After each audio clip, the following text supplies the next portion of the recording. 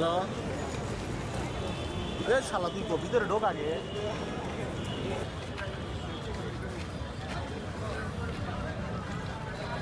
সম্মানিত যারা ভিতরে পড়বে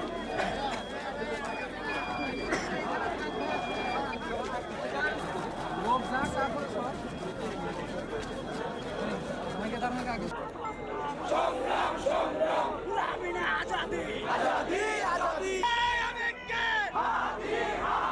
বসে বসে ভিডিও কর ভাই।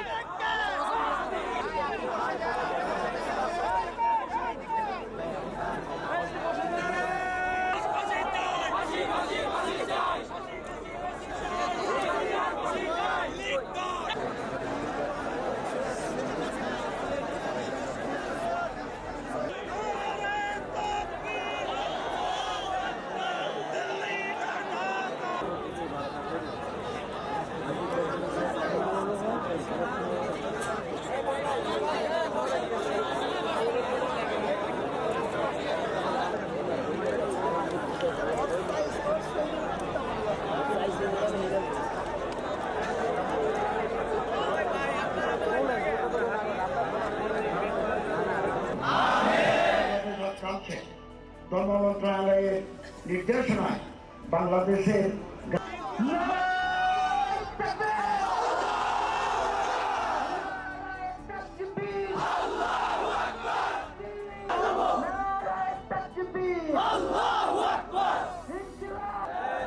এই উন্নত মমশিরের যে মন্ত্র তুমি দিয়ে গেছো সেটা সন্তানের না, এই দুঃখে কলিজা ছিঁড়ে যাচ্ছে।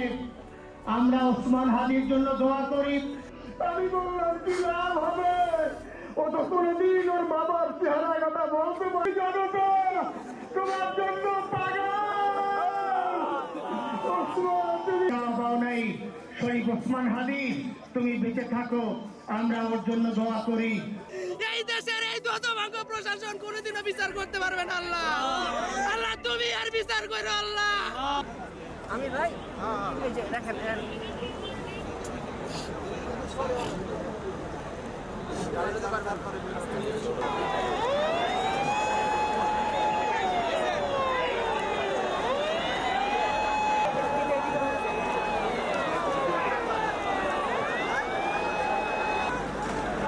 আমি আর্মি বাই করে দিই।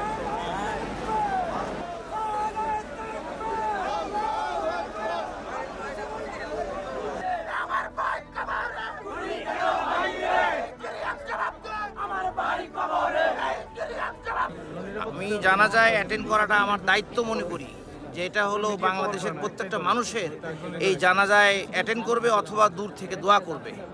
হাদি এখন কোনো সাধারণ একজন মানুষ না, সে একটা হাদি মারা গেছে, লক্ষ হাদি জন্ম নিয়েছে, লক্ষ লক্ষ মানুষ হাদির ভূমিকা পালন করবে।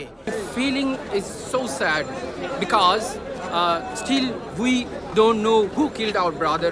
We don't know what's going on coming days, and we are not in hope that justice will be ensured in our country. So we think we have to fight long. We have to fight more and more.